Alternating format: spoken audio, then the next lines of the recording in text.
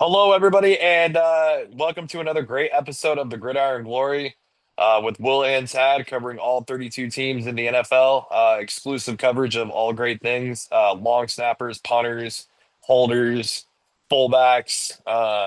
We even include mascot coverage that'll come at some point later in the season, so stay tuned for that. Anyways, here on the Gridiron Glory, covering all 32 teams, we're starting with the Denver Broncos and the Indianapolis Colts. And yeah, I know I mentioned noting something about the mascot. I'll bring that up later.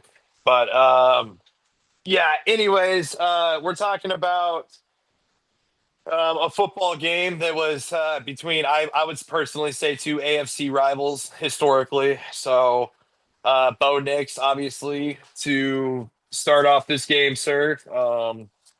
You're talking about that Marvin Mims big play and catch. Marvin Mims at the back of the end zone. And yeah, Tad, looking at Marvin Mims specifically out of Oklahoma, looking at the stat line here for Marvin Mims Jr., number 19, two catches, 24 yards and a touchdown.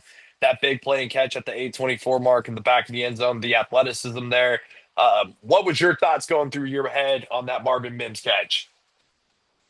I mean, I was very happy for Marvin Mims. He's a playmaker. He's always making big plays in the return game as well. In fact, that is why I personally added him to my fantasy team, mainly as because in our league we do return yards as value. But yeah, I'm happy for him. He's a trustworthy player, and I mean, he's a receiver that Denver can develop. I think he's developing well. Yeah, Marvin Mims is certainly a very up and coming and developing receiver. So later in that first quarter, then Tyler. So we'll talk about Tyler Warren in a second. Sorry. So yeah, Marvin Mims Jr. Had that big play, so definitely like to see that there. And then Troy Franklin had 8 catches, 89 yards, a touchdown, and obviously Troy Franklin made that big catch and play late in the second quarter. Uh, what was your thoughts? What was your feelings with Troy Franklin when you said you were big on him? And you mentioned him many times before. Yeah, I mean, I'm very pleased with what we've said. I mean, here at the Gridiron Glory, we've been very high on Troy Franklin throughout the preseason, throughout or the in the season, and I mean, he's proving that he can be the top receiver here in a Bo Nix offense. I mean, they've been together for several years, and I mean, I think it's wise to assume that this success can continue. I mean, he's an incredibly talented player. Bo Nix is a good quarterback, and I think that they can continue to grow together for many years to come. Absolutely. So, you love to see that there. Former Oregon teammates and everything. So that's absolutely fun. Um, Adam Troutman, 3 catches, 10 yards, and yeah, Adam Troutman, and that touchdown that he had, um, to make it 21-13 in the second quarter. Yeah, Tad, Adam Troutman, an up and coming tight end. What was your take in that moment? I think Adam Troutman is a really good key piece for Bo Nix to throw to. Yeah, I mean, Troutman made a good play there, so I mean, did what he did a good job there. Absolutely. Yeah, J.K. Dobbins in this football game, he made some really big plays, Tad. Obviously, he had the rushing touchdown, his second of the year, to make it a 28-20 football game with 11-13 left to go in the third quarter. And yeah, J.K. Dobbins, 14 carries, 76 yards, and that touchdown. And also one catch for 9 yards.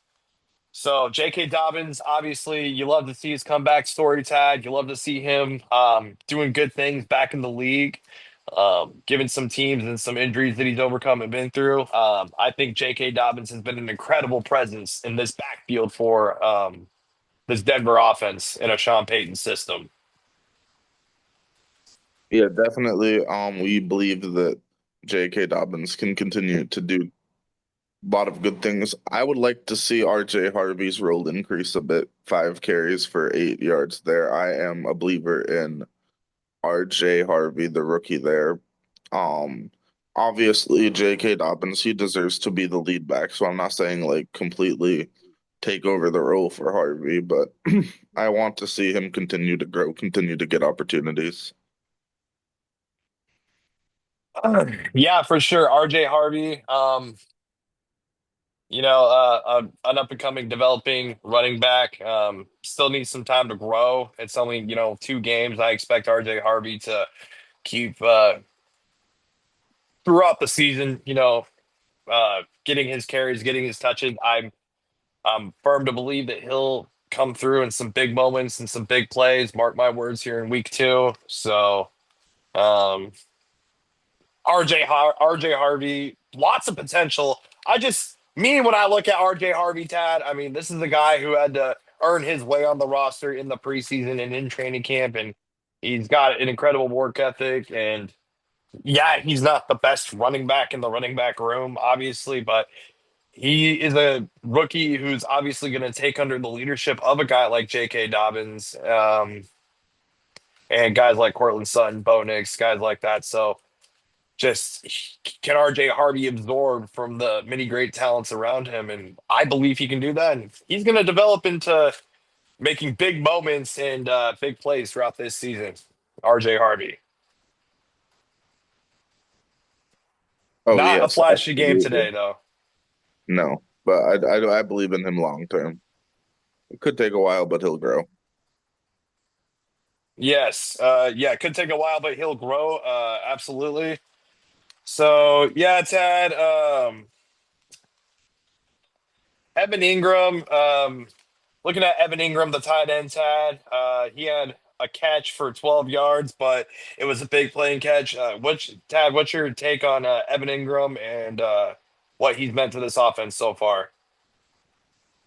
You could have had a little more from Evan Ingram in this game. I'm gonna be honest. I mean, he's a good tight end and he's a playmaker, but he's got to do more than what he did in this game. I mean, his pass blocking was all right, but other than that, I mean, you need a lot more from Evan Ingram. Yeah, need to have a lot more from Evan Ingram there, absolutely. So um, that definitely needs to develop with Evan Ingram. Absolutely, yeah. Talking about Bo Nix again specifically. Yeah, the 22 of 30, 206 yards, 3 touchdowns, and interception. QBR tat of 72.2, rating of 111.2. Graded out on PFF. Uh, let's see. Uh, Yeah, a 48.6. 48.6 PFF grade. So, what's your take on that? Obviously, it might have been a different persuasion to PFF had the Broncos won this game, but yeah, Bo Nix against the Colts. What's your take? I mean, I thought he was fine for a majority of the game. Obviously, things could have gone better at the end, but I think that he led the Broncos offense fine. I would have given him a better grade than what they did, but at the end, I mean, you'd like to see more yards. You'd like to see a bit more yards. You'd like to see a bit more clutch plays in the fourth quarter, but overall, I thought Bo Nix had a much better game than he did week one. Yeah, it's had Bo Nix.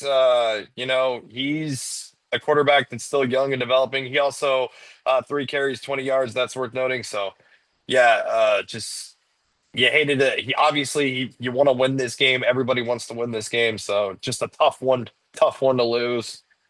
Um, Yeah, it's had Pat Surtain the second, 11 total tackles, 9 solo, a pass deflection. Pat Surtain the second, reigning defensive player of the year. Obviously, always coming out here and doing his thing. Tad, what's your take on Pat Surtain the second and some of the big plays that he was able to make during this football game?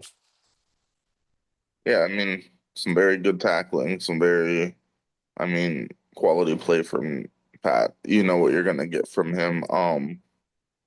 Maybe like to see a turnover forced here or there, but at the end of the day, I mean, he's one of the most reliable cornerbacks in the league. Did get a grade out of overall and defense of 43.9. Though worth noting, you mentioned some good tackling, Tad. He did get a final PFF grade of 82.2 on that. So yeah, some solid tackling for Pat Surtain. And obviously, the reigning defensive player of the year, 2 games in the season will get his coverage way down. So not worried about that. From Pat Surtain, the second there. Um,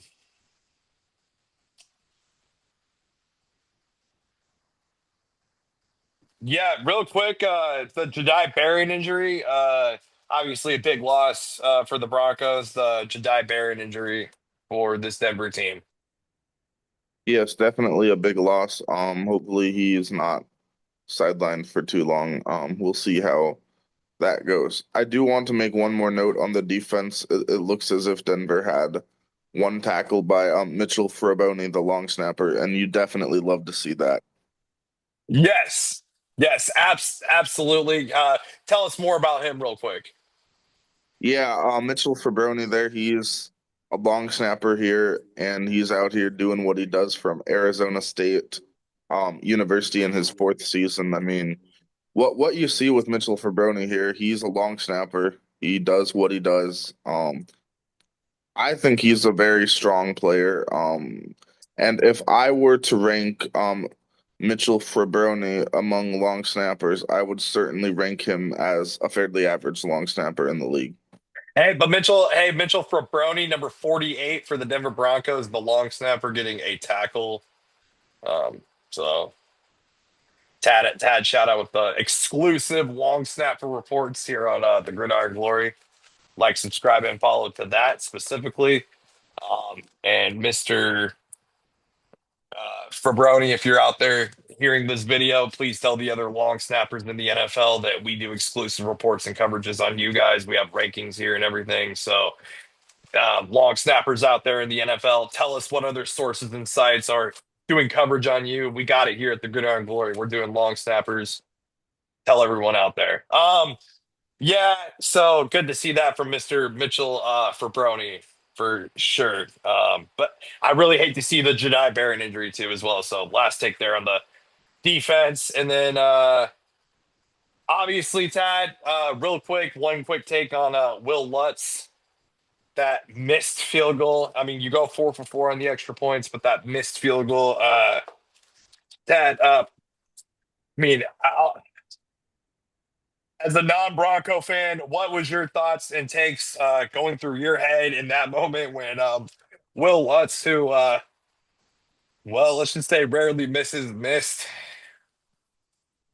I mean, honestly, that was the point where it really felt like maybe it was possible for the Colts to drive down the field because I mean, I didn't think that it was very likely that the Colts would find a way to drive down all the way for a touchdown, but only needing a field goal to win the game. I mean, that was a big momentum shift, and I mean, that y'all really needed that field goal to go in. I mean, a tough miss there. You don't want to see that. The toughness there for sure. Daniel Jones, 23 of 34, 316 yards. He had a touchdown and no interceptions. Some on social media might start referring it to the name Indiana Jones. I mean, you go out there and whiplash the Dolphins in week 1, and you somehow, some way come out here and whiplash my beloved Broncos. So, Thad, what's your take on Daniel Jones? I think he's been an exciting player to watch. He beats out Anthony Richardson in training camp, and here he is proving to the NFL, hey, I'm still here. I'm still a quarterback that can uh, play at a top level. I mean, at least what he thinks and believe he can do and what he's proving out there on the field itself. Yeah, Indiana Jones. I mean, this is a player out there that he's had a great start to the season. Also, 6 carries, 2 yards, 1 touchdown. Sorry. Yeah, this is a player that's had a very strong start to the season. I mean, I certainly was impressed with what he did against Miami, even though they had a bit of an injury issue in their secondary. I did not think he could duplicate what he did against a top level defense like Denver. But he did that. So I don't know. I mean, that certainly instills a lot more confidence in Daniel Jones. I mean, does this thing work long term? I mean, it's still a bit of a question. I mean, we've seen some very hot starts fizzle out, so I'll be very interested to see what he does throughout the season. I don't know if this completely changes the narrative of what how I view the Colts. I still view them as a fairly average team, but we'll see how it goes. I mean, they're certainly off to an impressive start. Yeah, no, absolutely. The Colts are definitely off to a very impressive start for sure. Yeah, Jonathan Taylor, 25 carries, 165 yards. Yeah, it's had some absolutely big plays that Jonathan Taylor was able to make in this football game, including in the second quarter when he got that big touchdown from the 81-yard drive. They made it 21-20 before the half. Yeah. Tad, on some of the big plays and moments, what was going through your head? What were your thoughts and emotions with Jonathan Taylor in this football game? Yeah, when he was out there making the plays he was making, I was just wondering, man, I wonder if Will H. Wickard is going to ask me where I rank Jonathan Taylor among running backs in the league. So preparing for that, I had an answer, and I would say that I would consider Taylor to be a top five running back in the league. I mean, he's just incredible with how he does to do this against that defense. I mean, the front seven for Denver is absolutely loaded, but he paid no mind to that. So just very You know, impressive. yeah, also two catches, 50 yards, and a touchdown as well. So Jonathan Taylor, an absolute sensation to run the ball, catch the ball. Would you rank him above or below Christian McCaffrey, No, real I'll quick? take McCaffrey. I'll take McCaffrey. Would you rank Jonathan Taylor above or below? I'll say Jameer Gibbs. Probably debatable, but I'll take Taylor. An interesting take. Uh, for sure. Yeah, Tyler Warren, four catches, 79 yards. Uh, Tyler Warren's been an incredible addition in the draft from the draft. Um, Obviously, when it comes to Tyler Warren, he had that big play in the first quarter, and he was going out there and doing what he can do best on the football field to help the Colts win this game. Yeah, man, if I am a team that was in the draft and I needed a tight end, and I would think of taking anyone before Tyler Warren. I don't know why any team would do that. The Colts, they certainly got this pick right with Warren. And as to other teams that might have picked another tight end before Warren, I mean, that's certainly a highly questionable move. And the Colts, they struck gold because of it. Yeah, Tad. Certainly, they definitely struggled because of it. Cam Bynum, number zero, four total tackles, three solo. And he also had a pass deflection. But when my touchdown celebration rankings come out, obviously he's the guy that's inspired me to do them. And of course, Cam Bynum. Tad, what was your thoughts? What was your going through your head? What were the emotions that you were feeling when he was doing a touchdown with the Colts mascot in the end zone the way he was there? And that'll definitely be influencing my mascot rankings later in the season. Yeah, when I saw the interception by Bynum, I mean, that was another one of the plays that really swung the momentum around. That was a momentum building play. And I know like his celebrations, they're always pretty hype. So you knew you were in store for something special when you see him get his hands on the football.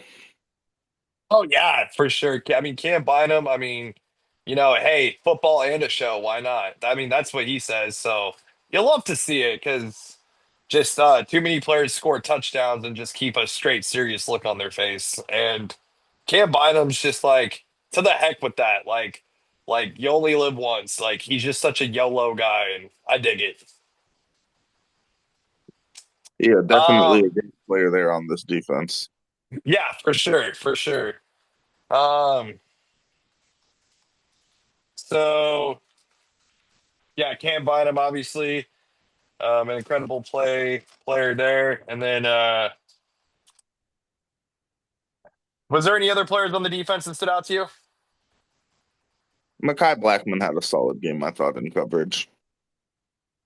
Yeah, Makai Blackman, obviously, he's always doing his thing. An incredible player there. And obviously Cam Bynum too. He was solid. Nick Cross, an 87.5 defensive grade. Yeah, DeForest Buckner only got a 59.5. I was Mm. gonna talk about him a little bit. Shout out to Dyer Franklin for getting an 82.2 tackling grade, the middle linebacker. So some very solid plays by the Colts defense. Absolutely. Did you have any other final thoughts and takes on the Colts defense in this game? Not really. For sure. Yeah, closing moments of the football game, Tad. Closing moments of this game. Obviously, it comes down to Denver thinks that they're going to win. I mean, what was going through your head? What was the emotions you were thinking and feeling? Obviously, we thought that what was going to happen happened. Like, what was your thoughts and feelings like in your heart?